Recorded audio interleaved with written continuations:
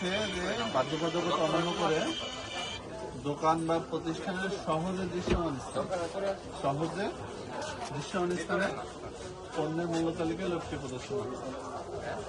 এই যে এই বাজারের সবচেয়ে বড় দোকান আপনাদের, তাই তো? এই বাজারে মোটামুটি সবচেয়ে বড় মুদিখানার দোকান আপনাদের। এখানে যদি আপনার দোকানে যদি না থাকে তাহলে অন্য দোকান জায়গা কি করবে, কি শিখবে, তাই না?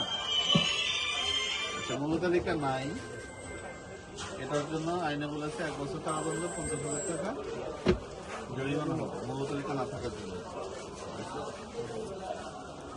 এরপরে হচ্ছে মেয়াদ উত্তীর্ণ জিনিস পাইছে, মেয়াদ উত্তীর্ণ জিনিস।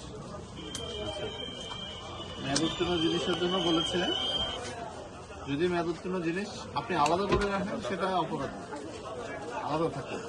আলাদা করা বলতে আপনি যদি আলাদা করে একটা ড্রামের মধ্যে বা বস্তার মধ্যে রেখে যদি লিখে রাখতেন যে মেয়াদ উত্তীর্ণ পণ্য, এটা অপরাধ। বাট আপনি যখন দোকানের র্যাকে বিভিন্ন জায়গায় ভালো জিনিসের সাথে মেয়াদ উত্তীর্ণ রাখবেন, ভালো জিনিসের সাথে মেয়াদ উত্তীর্ণ থাকবে, এটা অপরাধ, এটা অবহেলা। বুঝে গেছে? এটার জন্য আইনে বলেছে 1 বছর কারাদণ্ড, 50,000 টাকা জরিমানা হবে।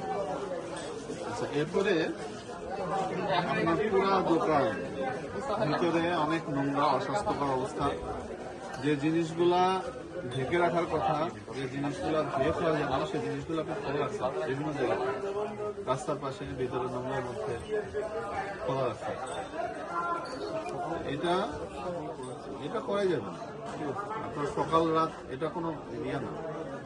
এই জিনিসগুলা মানে যে কোনো খাবার জিনিস, এটা স্বাস্থ্যসম্মতভাবে আপনাকে সংরক্ষণ করতে হবে, যে কোনো খাবার জিনিস, কিন্তু আপনি সেটা করেন নাই। আইনে বলেছে যদি কেউ অস্বাস্থ্যকর ভাবে এগুলো করে তার জন্য 2 বছর কারাদণ্ড, 1 লক্ষ টাকা জরিমানা হবে।